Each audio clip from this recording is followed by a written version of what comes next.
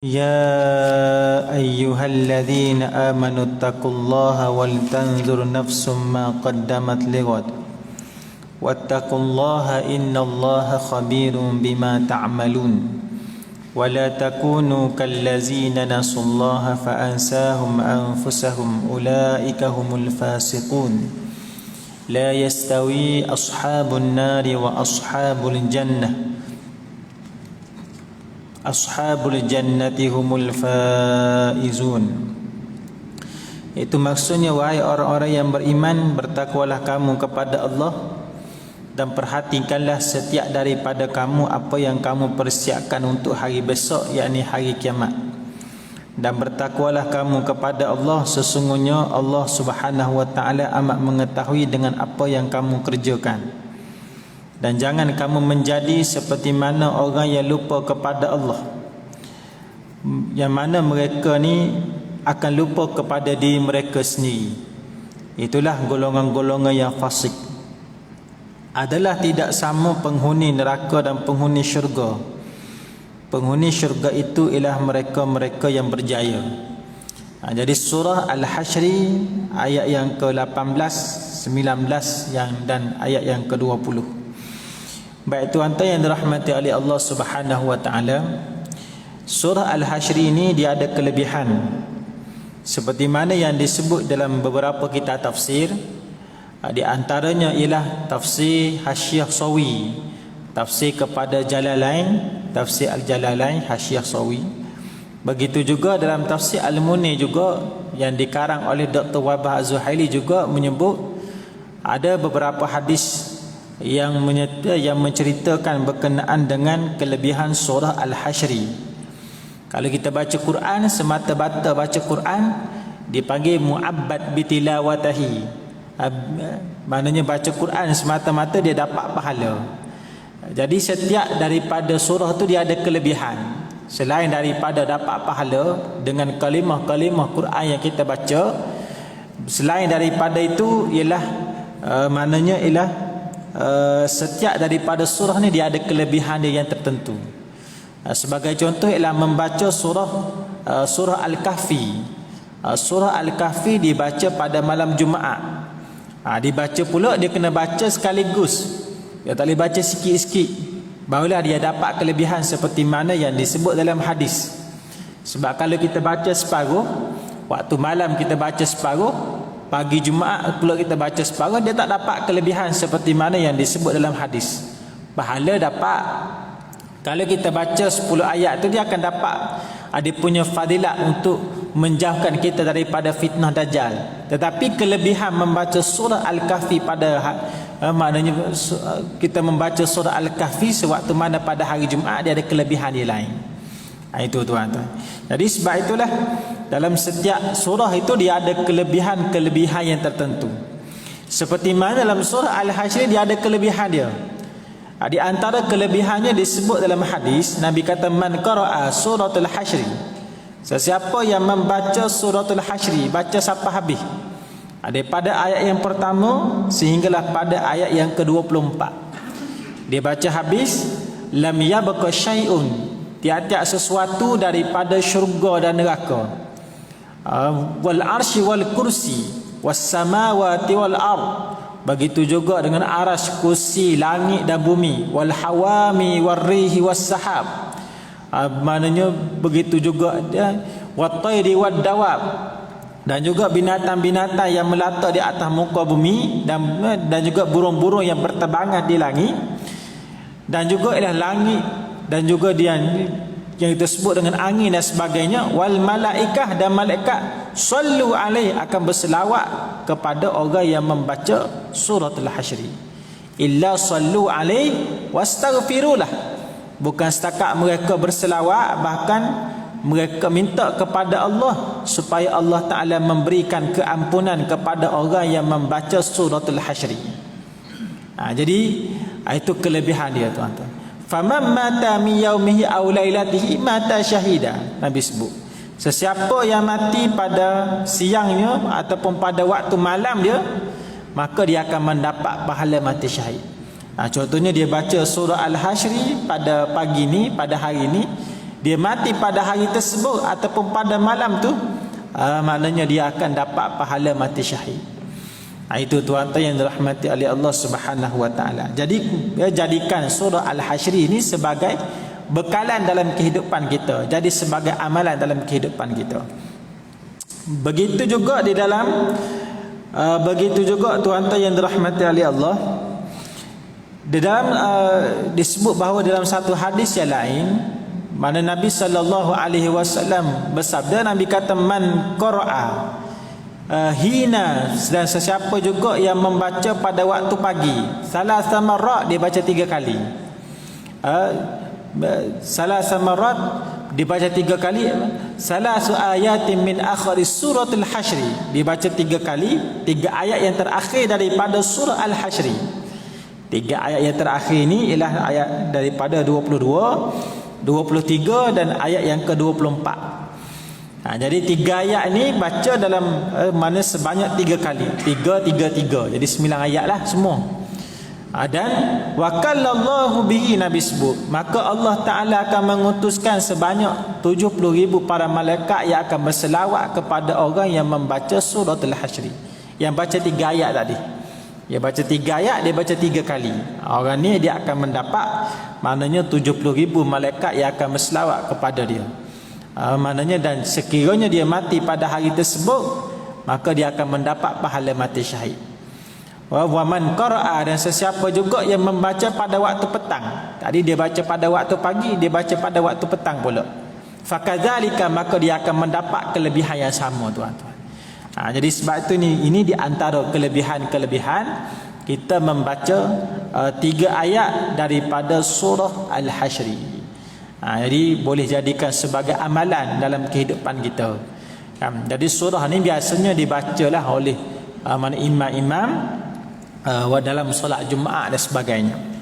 Baik tuan-tuan yang dirahmati oleh Allah Subhanahu wa taala, kita melihat kepada latar belakang dalam surah ini. Surah ini dinamakan juga dengan surah Bani Nadir. Kenapa dinamakan dengan surah Bani Nadir?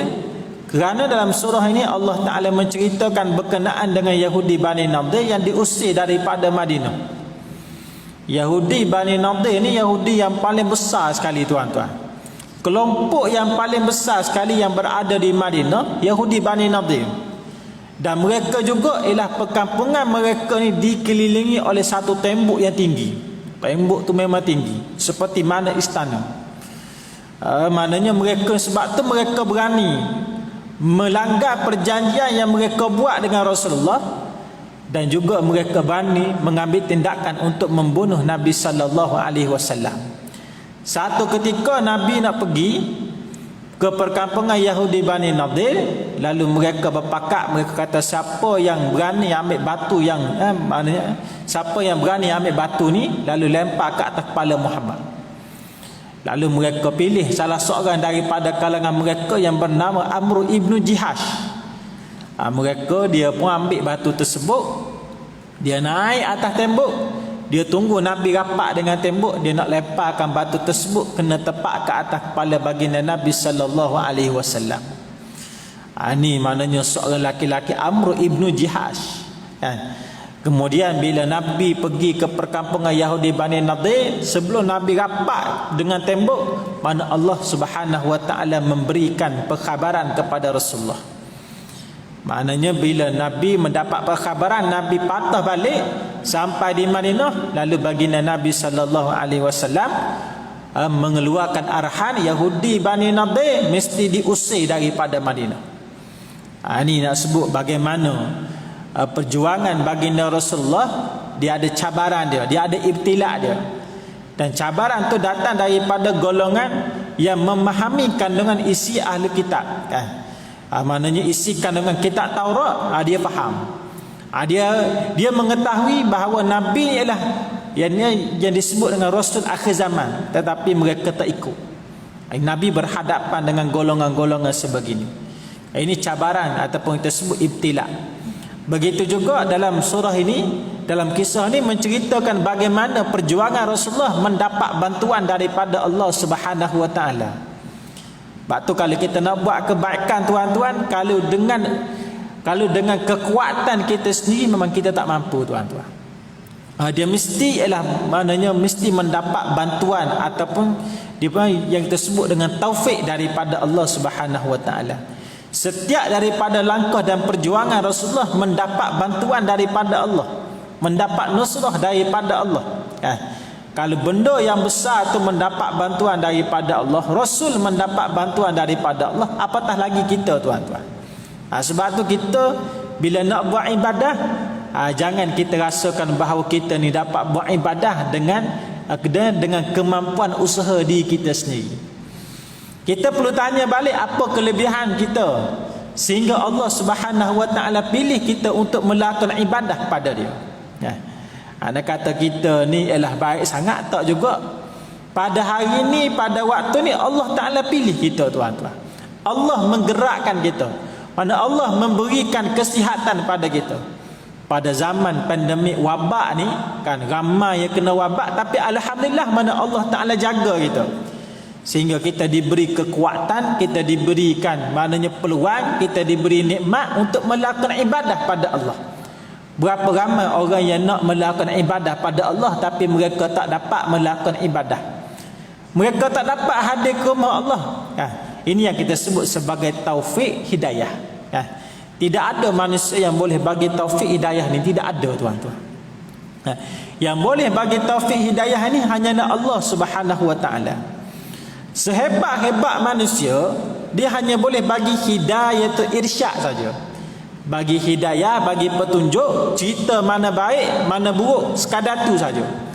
Tapi yang nak bagi kekuatan kepada seseorang untuk melakukan kebaikan tadi, itu hanyalah Allah Subhanahu Wa Taala. Berapa ramai orang yang nak buat kebaikan. Contohnya dia telah menanam azam.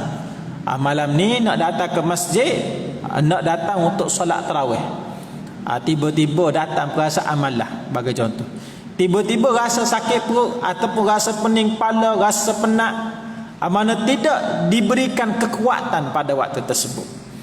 Kita ni Allah Ta'ala berikan kekuatan pada kita sehingga kita dapat duduk di rumah Allah. Bila kita dapat duduk di rumah Allah, mana kita perlu bersyukur kepada Allah. Kita perlu rasa bersyukur dan perlu minta bahawa Allah Ta'ala kekalkan kita dalam senantiasa melakukan ibadah kepada Dia. Itu tuan-tuan yang dirahmati oleh Allah. Maknanya ialah Nabi mendapat bantuan daripada Allah Subhanahu Wa Ta'ala. Kemudian lepas tu Nabi balik, Nabi kata semua Yahudi Bani Nadir mesti keluar daripada Madinah. Lalu Yahudi mula-mula nak keluar daripada Madinah, takut. Tapi datang golongan munafik, memberikan janji-janji, menaburkan janji. Dia kata jangan kamu keluarlah, kami akan bersama dengan kamu. Dipendekkan cerita, mereka nak lawan Rasulullah. Lalu Nabi perintahkan para sahabat supaya mengepung perkampungan Yahudi Bani Nadir.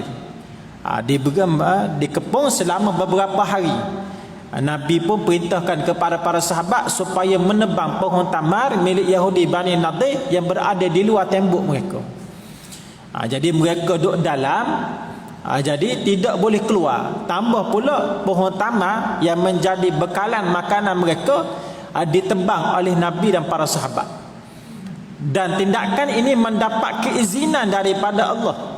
Ma qata'tum min linatin aw taraktumuha qa'imatan ala usuliha fa bi iznillah.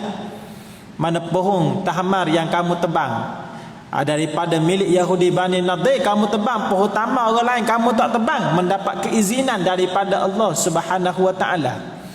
Itu tuan-tuan. Jadi bila last sekali, bila bantuan yang mereka tunggu tak sampai, pada waktu tu Allah Ta'ala mencampurkan perasaan gerun dan takut kepada Yahudi Bani Nadir. Wa qadhafa fi qulubihimur ru'b. Mereka rasa gerun, mereka rasa takut. Yahsabuna kullu sayhatin alaihim humul adu fahdharhum qatalahumullahu anna yufakun. Baik. Maknanya dan disebut bahawa akhir sekali mereka pun keluar daripada Madinah. Mereka keluar daripada Madinah, harta-harta rampasan banyaklah yang dirampah dalam peristiwa ini. Itulah kisah sedikit sebanyak secara ringkas berkenaan dengan pengusiran Yahudi Bani Nadir daripada Madinah. Itu tuan-tuan. Baik, kita lihat pada 3 ayat yang saya bacakan pada awal tadi, iaitu pada ayat yang ke-18 Allah Subhanahu wa taala berfirman, wahai orang-orang yang beriman, bertakwalah kamu kepada Allah dan perhatikanlah setiap daripada kamu apa yang kamu persiapkan untuk hari besok, yakni hari kiamat. Kena tengok, kena cek balik mana apa yang telah kamu persiapkan untuk hari kiamat. Ini ialah soalan Allah. Allah Ta'ala tanya balik kita.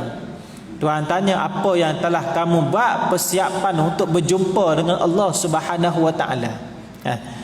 Dan Allah Ta'ala guna ibadah dia pada pertengahan ialah kiamat yang disebut oleh Allah. Mana waktu mana ditiupkan yang mana yang ditiupkan sangkakala dan sebagainya. Itu kiamat yang kedua. Kiamat yang Allah Ta'ala sebut bahawa dihancurkan bumi dan sebagainya. Itu kiamat yang kedua. Kiamat yang ketiga ini adalah kiamat musibah yang paling besar sekali, iaitu apabila matinya hati seseorang. Itulah kiamat yang paling besar sekali. Walaupun dia belum meninggal dunia lagi, walaupun mana kiamat yang besar masih lagi belum berlaku, tapi kehidupan dia setiap hari menambahkan kemurkaan kepada, maknanya menambahkan kemurkaan Allah kepada dia. Itu kiamat yang paling besar sekali, tuan-tuan. Ni orang ni tak boleh nak buat apa dah. Sebab tu yang kita sebut sebagai maknanya. Jadi Allah Ta'ala gunakan perkataan kiamat dengan maksud besok. Yang kedua ialah kerana mana Allah Subhanahu wa taala minta kepada kita supaya buat persiapan bersungguh-sungguh. Buat persiapan bersungguh-sungguh untuk berjumpa dengan Allah, seolah-olah maknanya seolah-olah kiamat tu berlaku besok, tuan-tuan.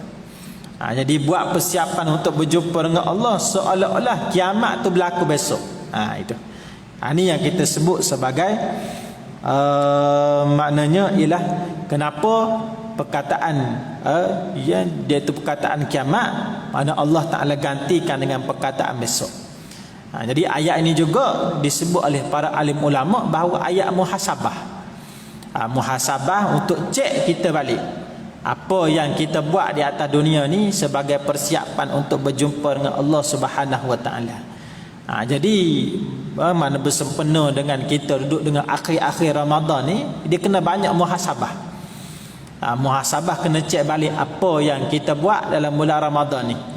Dan begitu juga adakah Ramadan ni dapat mengubah kita. Begitu juga adakah segala dosa kita telah diampunkan oleh Allah Subhanahu wa taala. Bagaimana amalan yang kita buat, adakah kita telah berpuas hati dengan Ramadan yang telah Allah Ta'ala kurniakan kepada kita pada tahun ni. Ini ayat-ayat maknanya ini adalah di antara muhasabah buat lagi pada tu. Sebab apa lagi pada untuk mendapat syurga tadi. Dan kita kena mana pada masa yang sama kita kena tanya juga, kita ni tak nak pada neraka, tapi berapa banyak amalan yang kita buat menjerumus kepada neraka. Itu. Sebab manusia ni kadang-kadang dia pelik, tuan-tuan. Manusia ni seperti mana yang disebut dalam riwayat bahawa itulah macam ni neraka. Tidak ada manusia yang tak nak masuk ke dalam neraka. Tidak ada manusia yang nak masuk ke dalam neraka. Sebab terlalu dia punya dahsyat, dia punya azab yang telah dijanjikan oleh Allah Subhanahu wa taala.